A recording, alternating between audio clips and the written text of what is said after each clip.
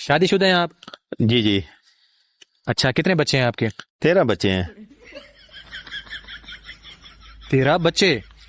13 تو بچے ہیں نا، ورنہ میرے تو 15 بچے ہیں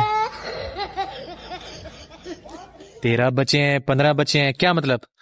13 تو اب بچے ہیں نا، ورنہ اصل میں تو میرے 15 بچے ہیں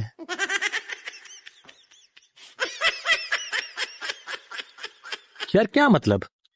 دیکھو میرے ہیں 15 بچے، ان میں سے اب 13 بچے ہیں